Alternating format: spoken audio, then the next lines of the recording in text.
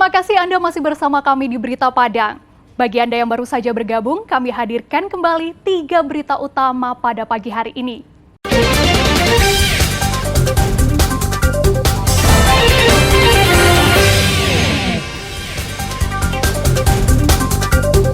Hilang 3 hari, pencari ikan ditemukan tewas di sungai.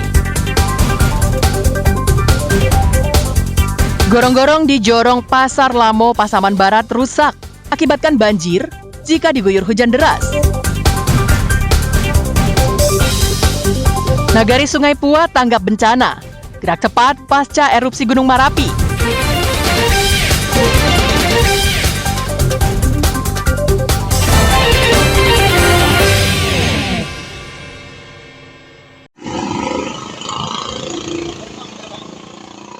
Gorong-gorong yang terdapat di Jorong Pasar Lamo, Kecamatan Lembah Malintang, Pasaman Barat, rusak dan tersumbat, dan telah terjadi dalam 3 bulan terakhir. Namun hingga kini, masih belum diperbaiki. Padahal gorong-gorong ini merupakan penghubung jalan Provinsi Sumatera Barat dan Sumatera Utara.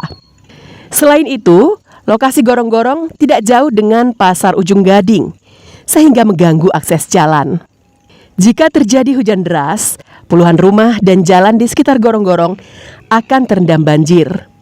Permukiman tak hanya direndam banjir, tapi warganya juga menghirup bau yang tidak sedap.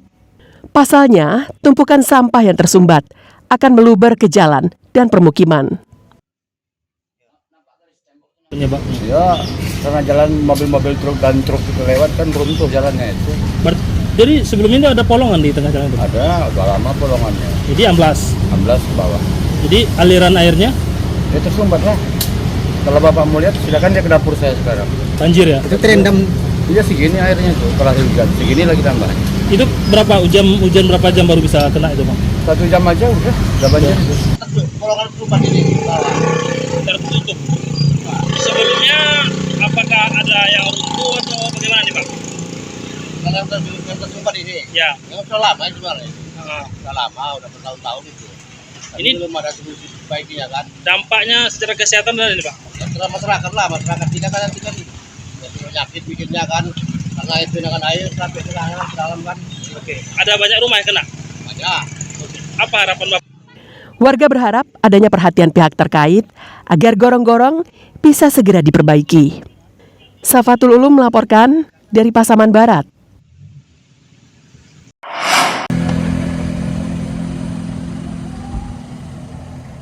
Pemerintah Nagari Sungai Pua Agam merespons cepat dampak bencana Gunung Marapi.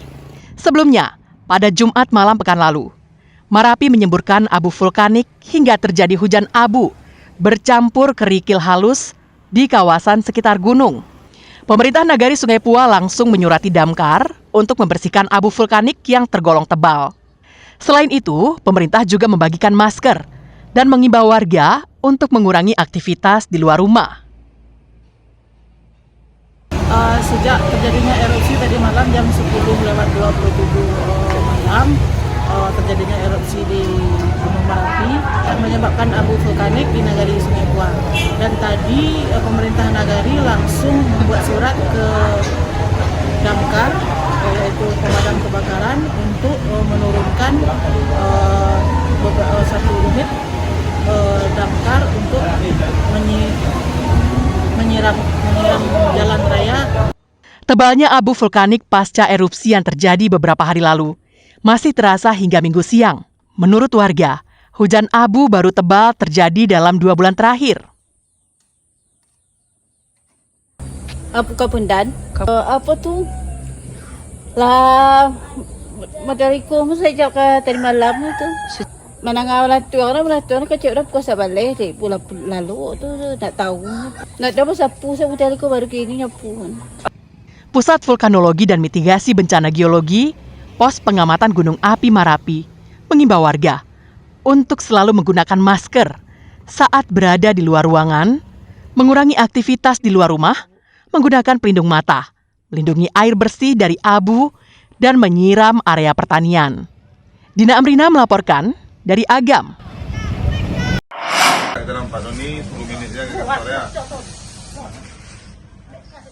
Karena mencuri kabel menara jaringan, Seorang nelayan ditangkap Satreskrim Polresta Padang di daerah Lolong Belanti, pusat kota Padang, pada Sabtu pekan lalu. Syafril ditangkap polisi tanpa perlawanan. Saat diinterogasi, Syafril mengakui perbuatannya. Petugas ikut menyita barang bukti berupa 6 gulungan kabel tembaga, sebuah tang, dan 1 unit sepeda motor yang digunakan saat mencuri. Pelaku dan barang bukti selanjutnya dibawa petugas ke Mapolresta Padang untuk diperiksa lebih lanjut. Hasil pemeriksaan sementara, pelaku beraksi sendirian dan baru pertama kali mencuri. Sehari-hari pelaku berprofesi sebagai nelayan. Ia mengaku nekat mencuri karena terdesak kebutuhan hidup sehari-hari.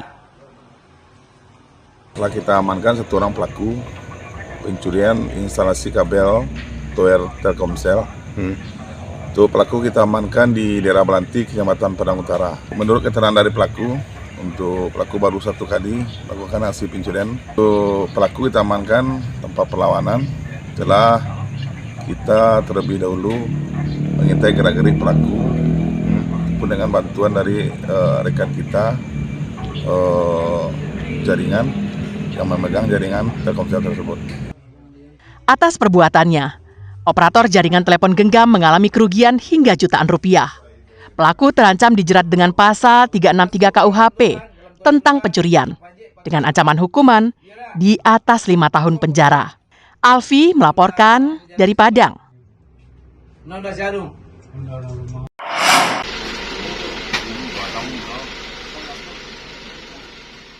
Seekor ular sanca menyelinap dan masuk ke rumah warga di daerah Flamboyan, pusat kota Padang. Pemilik rumah mengetahui saat hendak menyeduh kopi untuk suaminya.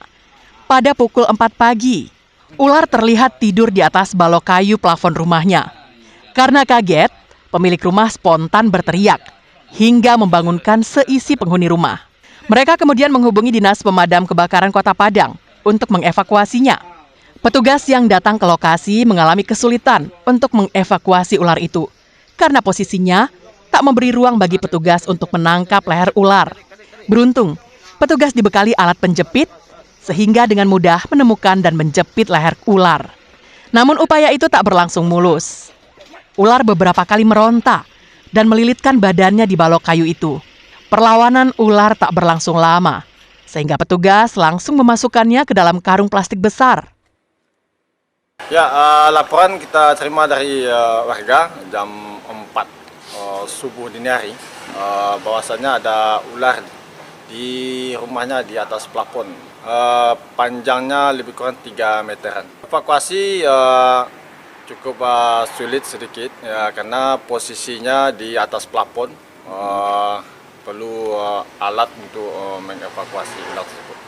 Ular sanca ini akan diserahkan kepada komunitas pencinta satwa liar untuk dilepas liarkan kembali ke habitatnya. Alfi melaporkan dari Padang.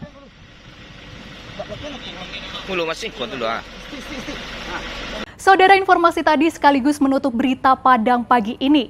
Saya Frin Meriana beserta tim redaksi yang bertugas mengucapkan terima kasih. Sampai jumpa.